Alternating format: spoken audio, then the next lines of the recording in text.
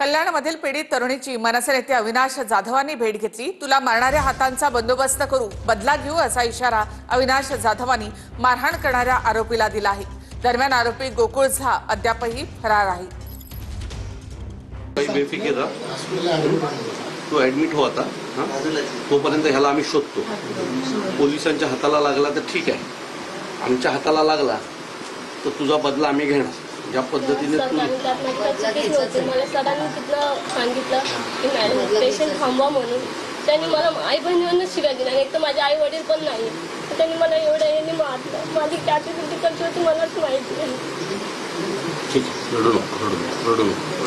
करत आहे तिला, कारण तुला चक्कर पण येते। तू बिलकुल रडू नको, त्याला शोधतो मी, कसं शोधायचं गळा तिचा बघा ना। तिला इथे पण फाईट मारले त्याने, मागे कमरेला सुद्धा वगैरे झाले। तो हायच कसा होता बघितला ना तो। हे बघ, तुला आज सांगतो, तुझा बदला आम्ही घेणार। ज्या हाताने त्यांनी तुला मारलाय ना, त्या हाताचा बंदोबस्त आम्ही करणार। हा आमचा तुला शब्द आहे। तुला आता ऍडमिट करतो हॉस्पिटलला, उल्हासदादा आहे, उल्हासदादा तुला ऍडमिट करेल इथे। आणि तू काही पैशाविषयीची काळजी करू नकोस। तुझं हॉस्पिटलचं जे काही खर्च आहे ते आम्ही पक्षाकडनं करू।